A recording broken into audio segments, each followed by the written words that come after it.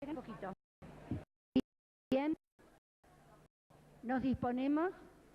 El doctor Miguel Ángel Santos Guerra ya nos está esperando para continuar con el tema que tanto nos preocupa, como es la evaluación educativa. Doctor, lo escuchamos con mucho gusto.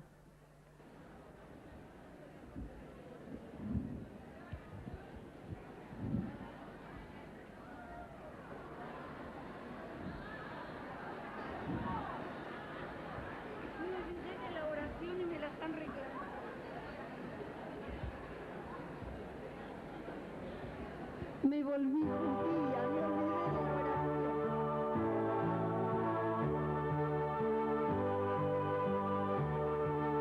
Este es el canto de la Virgen de San Nicolás. Todos los que lo saben, Ruega por nosotros, dulce Madre nuestra, Virgen del Rosario de San Nicolás. Salve Madre de la Iglesia, oh corazón de María, Dios Padre quiso engendrarte con santa sabiduría. Ruega por nosotros, dulce Madre nuestra, Virgen del Rosario de San Nicolás.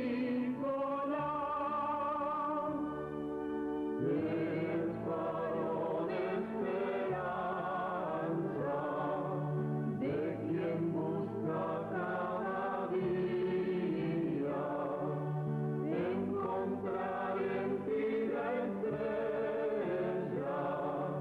para caminar su vida. Ruega por nosotros,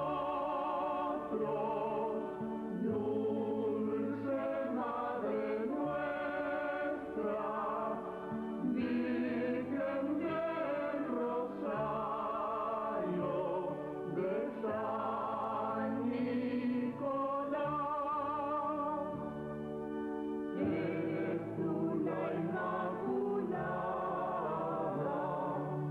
llena de gracia divina, y a tus hijos pecadores vida y perdón comunica. Ruega por nosotros, dulce Madre nuestra, Virgen del Rosario de San Nicolás. El Espíritu te enseña a hacer el camino y guía para que el mundo comience a buscar la paz perdida. Ruega por nosotros,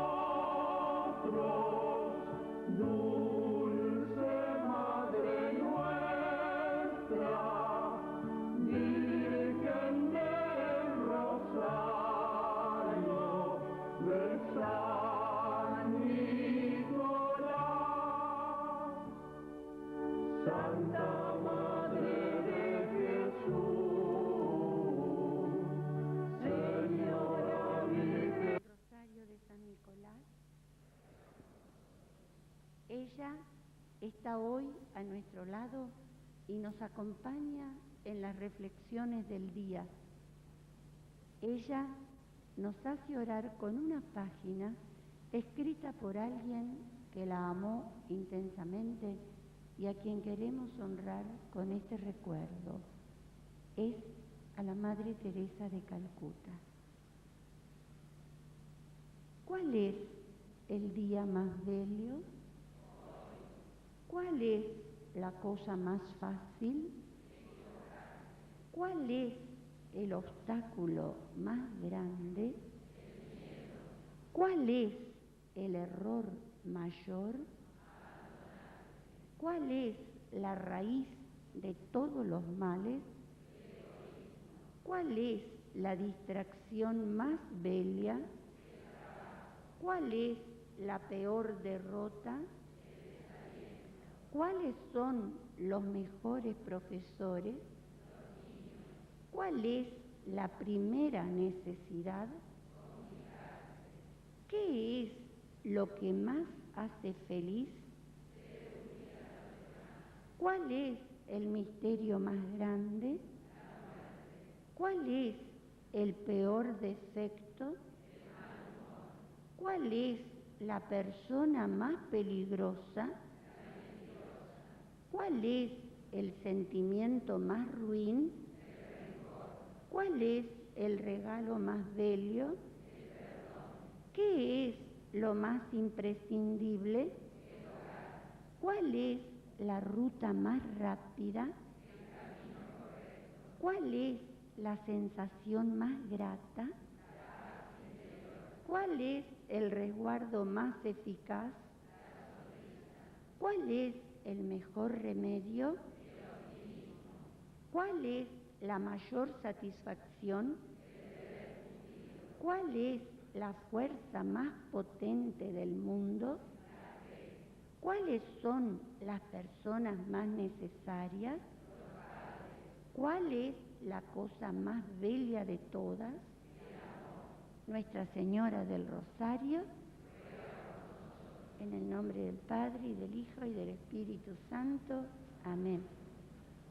En la entrada a este auditorio, por esta puerta que da al estrado, allí se instaló un escritorio con unas planillas para que las firmen todos los que estén de acuerdo y deseen hacerlo. Pues se va a pedir a través de ellas al Santo Padre la renovación de la consagración de la Argentina, de todo su pueblo, al corazón inmaculado de María. Landricina, que va a estar el sábado con nosotros, es el que habló este tema personalmente con el Papa, llevándole el deseo de este pueblo. Y el Papa miró esto con mucha satisfacción. Así que todos los que estén de acuerdo, acuérdense, pasen a firmarlo. Gracias. Ahora sí, doctor, lo escuchamos.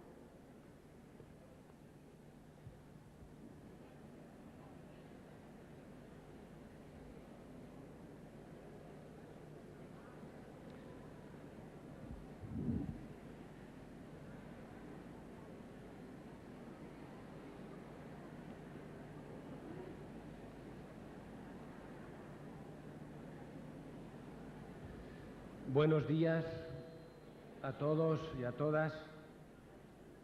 Gracias de nuevo por la lección de escuchar, que agradezco sinceramente como una importante lección que todos me dais. Hoy voy a dedicar las dos sesiones a la evaluación de las instituciones, a la evaluación de los colegios, y voy a hacerlo con el mayor orden posible para que sepáis en cada momento dónde nos encontramos. Voy a empezar con algunas ideas sobre la necesidad de hacer la evaluación. ¿Es necesario hacer evaluación de las instituciones? Sí. Voy a plantear 5 principios. Primero, por un principio de racionalidad. Mirar, no tiene sentido que emprendamos un largo viaje, pero que nunca sepamos si hemos llegado o no, y ni siquiera si estamos avanzando en buena dirección. A veces, los educadores damos la impresión de personas que tripulan una embarcación y que fatigosamente, extenuadas, echan carbón a la máquina para que el barco avance. Están sudorosas, agitadas, pero cuando alguien pregunta, ¿se puede saber para dónde va el barco?, hay quien dice, no lo sabemos, no tenemos tiempo de pensar, pero hace falta echar mucho carbón, mucha leña, para que el barco no se pare. Y si va hacia el abismo, y si está dando vueltas sobre su propio eje en un navegar inútil, ¿no será razonable buscar la rosa de los vientos y saber dónde estamos? No lo olvidéis, no hay viento favorable para un barco que va a la deriva. Hace unos años, un ingeniero agrónomo fue destinado para dirigir una provincia en España, en los asuntos de su competencia. Cuando llega, hace un diagnóstico de cómo está la situación y descubre un problema muy grave. Hay una crisis de epidemia de escarabajo de las patatas que asola las cosechas. Y este hombre, responsablemente, decide hacer unas acciones para evitarlo. Y una de las iniciativas que toma es premiar a cada agricultor por 1 kilo de escarabajo de la patata muerto que lleve a su delegación. He aquí el programa, he aquí la iniciativa, he aquí el propósito, evitar la epidemia.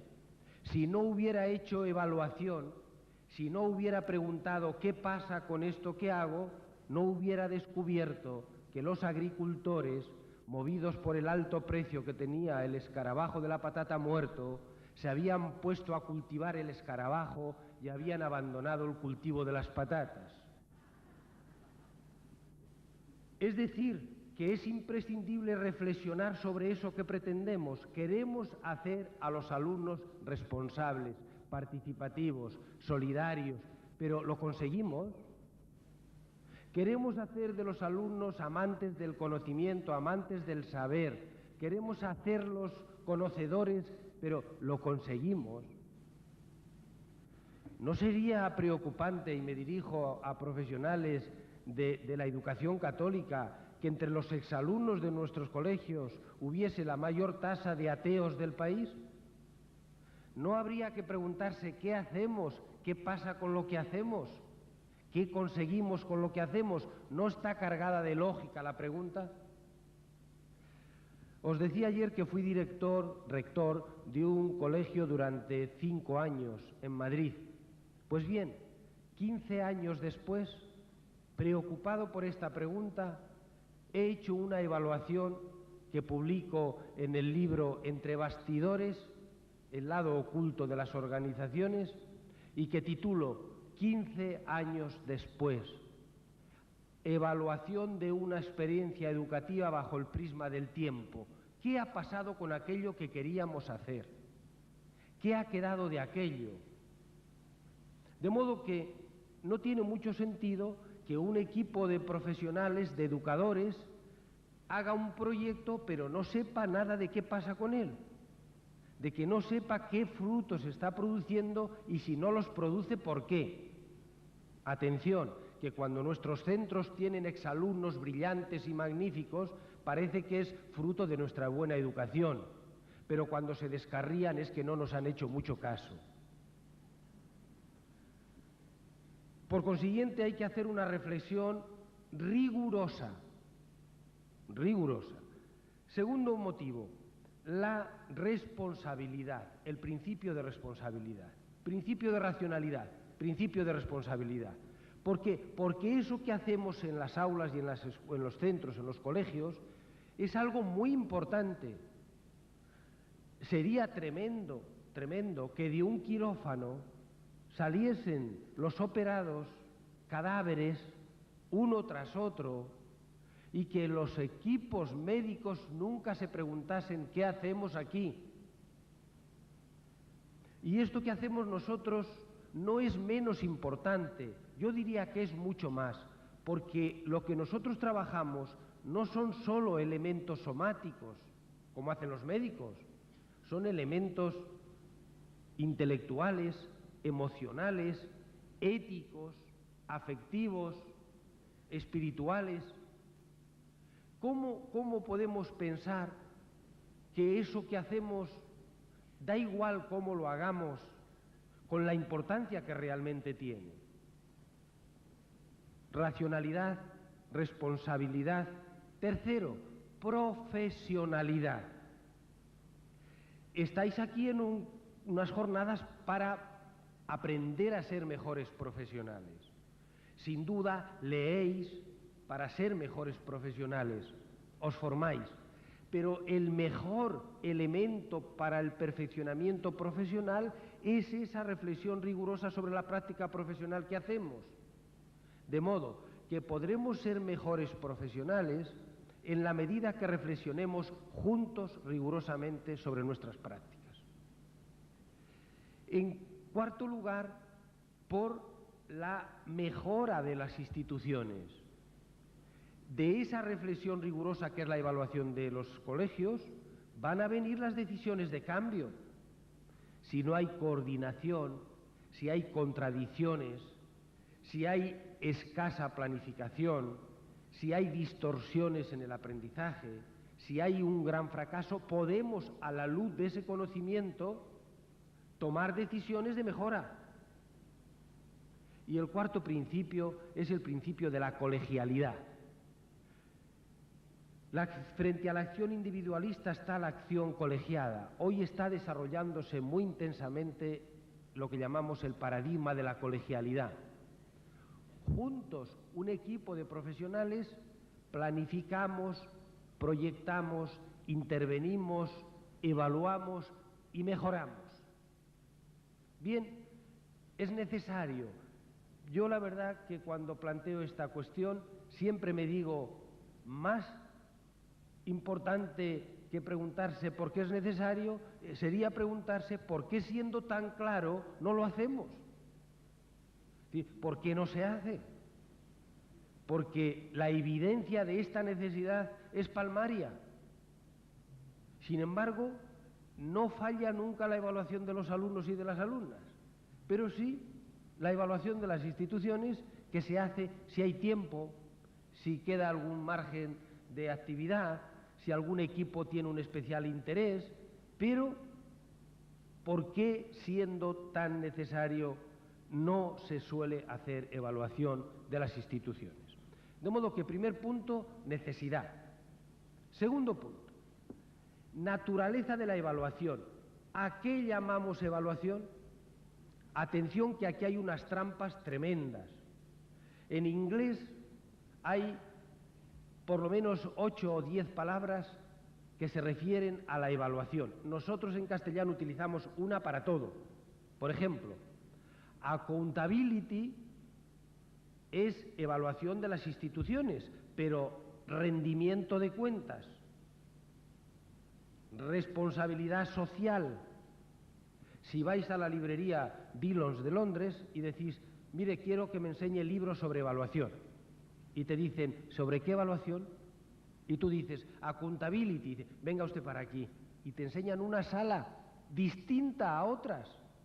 Si tú dices, por ejemplo, quiero libros sobre assessment, venga usted para aquí.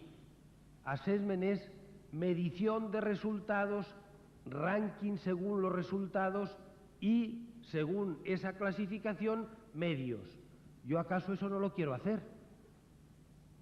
Yo quiero evaluar las instituciones, los colegios, pero no quiero un modo de hacer la evaluación que constituya un cáncer social porque beneficia a los colegios privilegiados y machaca a los colegios desfavorecidos. Ese modo de evaluación yo no lo quiero y lo combatiré, siendo una persona que está interesada, que está incluso apasionada por estos procesos de evaluación de las instituciones. Se hacen clasificaciones de los centros, se mide solo resultados sin tener en cuenta los puntos de partida y se dice a los que mejor queden en esa clasificación vamos a darles más. Yo no quiero esa evaluación. Otra cosa es appraisal, otra cosa el self-evaluation. Por consiguiente, antes de avanzar, yo quiero definir qué entiendo por evaluación de las instituciones. ¿De qué evaluación hablamos?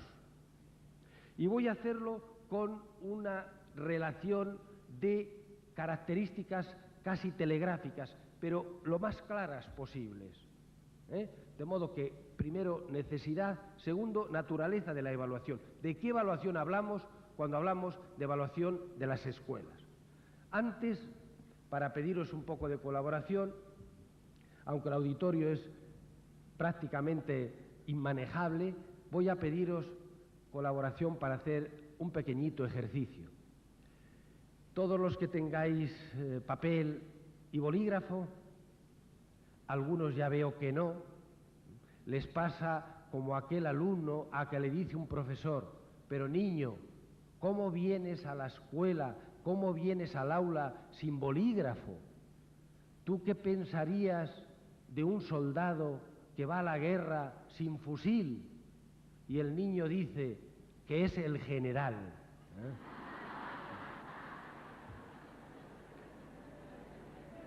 Pues bien, a soldados y generales, os pido una pequeñita colaboración.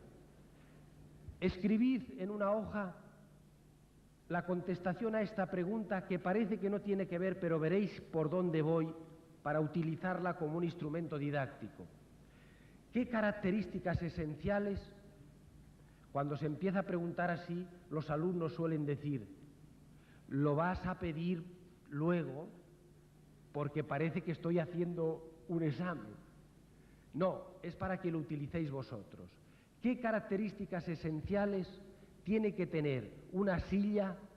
¿Habéis oído bien? Una silla para sentarse.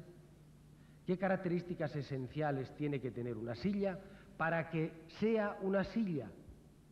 Es decir, un objeto, para ser concebido como una silla, tiene que tener unas características. Enumeráis: primera, segunda, tercera, las que sean necesarias. Sin una de ellas no es silla. ¿De acuerdo? ¿Qué características esenciales tiene que tener un objeto para que lo definamos como una silla? Escribir: primera, segunda, si es una sola, una. Si son dos, dos, si son tres, tres, etc.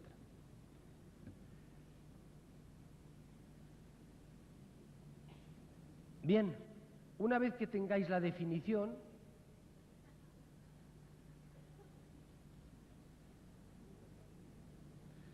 os pido que miréis a las pantallas para hacer lo siguiente. El texto, por si es la letra muy pequeña, dice: trabaja solo o en pequeño grupo y desarrolla una lista de atributos esenciales, de características definitorias para el concepto de silla. Está hecho, está hecho. Segundo, es lo que vais a hacer ahora. Aplica tu lista a cada una de las imágenes que veis aquí, 9 en total, aceptando o rechazando cada una como ejemplo de silla.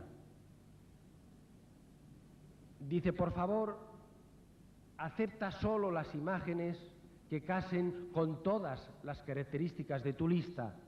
Paréntesis, no vale hacer trampas, y tú ya sabes. ¿Qué quiere decir? Que le pueden salir a uno todas sillas o ninguna. Entonces, tomáis la primera y veis vuestra lista ¿Cumple todas las características? Sí. ¿No las cumple? No. Entonces vais haciéndolo una por una y al final en la hoja decís lo siguiente: ¿cuántas sillas hay en estas 9 imágenes? La 5 es un pub mullidito para sentarse. ¿Veis que no tiene patas? Vais haciendo una por una la aplicación de las características de vuestra lista y vais viendo si es o no es una silla la 1, la 2, la 3, la 4, etc. Y al final decís con un número cuántas sillas hay.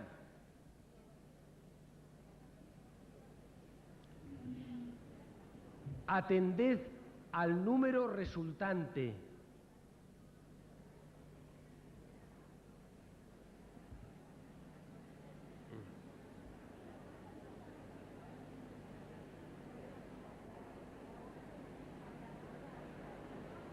Bien, vais a ver ahora, finalidad del ejercicio.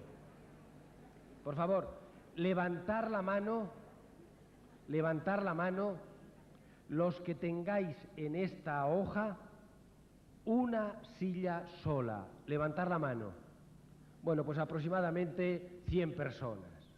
Levantar la mano, 2 sillas. Podéis ver el auditorio, otras 100 o 200.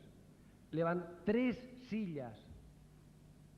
Fijaros, es un ejercicio enormemente sugestivo. Vais a ver, 4 sillas. Bajar la mano. Tranquilos que hay de todo, tranquilos. 5 sillas. Bajar la mano. 6 sillas. También. 7 sillas.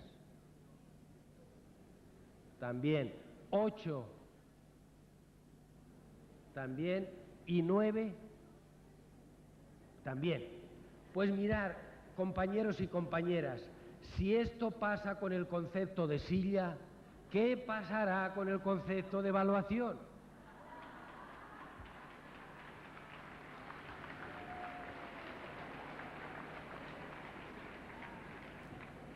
¿Por qué digo esto? Porque el concepto de silla es aséptico, es neutral, pero el de evaluación no. Si yo hubiese dicho, esta es una investigación de la UNESCO y que por cada silla que descubráis y justifiquéis, voy a entregar 100 pesos. Madre mía, salen casi todos de 9.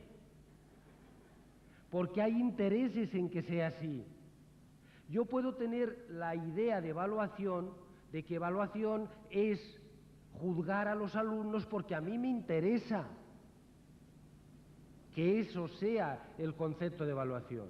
Pero fijaros, silla es un concepto conocido en la cultura. No he dicho define un reóstato nuclear de un aparato de la 4ª generación. Silla. Pero sin embargo el concepto de evaluación no es tan conocido. Y es un concepto compartido, no se dice, hombre, por la zona de Corrientes, silla es, sin embargo, por Patagonia, silla y por Buenos Aires. No, compartido. Sin embargo, no es así con el concepto de evaluación. Pues bien, cuando algunas veces hago este ejercicio en algún curso, a la salida viene una persona con una hoja y me dice, Miguel Ángel, por cierto, ¿cuántas sillas hay aquí? Y yo suelo entrar en el juego y le digo, respuesta 7, y lo anota. Pero no me pregunta por qué. Es que hay un concepto de verdad peligroso que es verdad, es lo que la autoridad dice que es verdad. Pero no lo discutimos. Él sabrá porque son 7. Yo lo que tengo ya es la respuesta correcta. Tantas veces se han hecho así las evaluaciones, tantas veces se ha planteado así el conocimiento como de respuesta única, de respuesta única válida que tiene el poder, que ya las personas nos lo creemos y son cursos para profesionales. ¿Qué pasará con los niños? Yo tenía un profesor de historia que evaluaba no solamente con preguntas pequeñas, lo cual es una irracionalidad intelectual, sino con preguntas pequeñas de su libro, lo cual es una inmoralidad. Pues siempre ponía unas preguntas parecidas. Recuerdo que una de ellas era: ¿cómo entraron los vándalos en la península? Solo valía esta respuesta: en oleadas sucesivas. Porque era lo que decía en su libro. Si tú respondías a caballo, aunque hubiesen entrado a caballo, no valía. Pues las personas me preguntan: ¿cuántas sillas hay? Y lo anotan. Pero hay otro modo peligroso de responder a esta cuestión de cuántas sillas hay, que es contar las manos alzadas y definir la verdad por verdad es aquello que dice la mayoría. De modo que si hay 500 que dicen que hay 6 sillas, eso es lo que hay. Esa es la respuesta. Concepto sociológico de verdad, tan peligroso, y tan peligroso y tan falso, porque cuando a uno que responde 6 de esos 1000, le preguntas ¿por qué has dicho 6? Y dice: es que puse 3 patas. Y si tú dices: hombre, con una pata también es silla, ¿acaso él mismo te dice: es verdad, me voy a cambiar?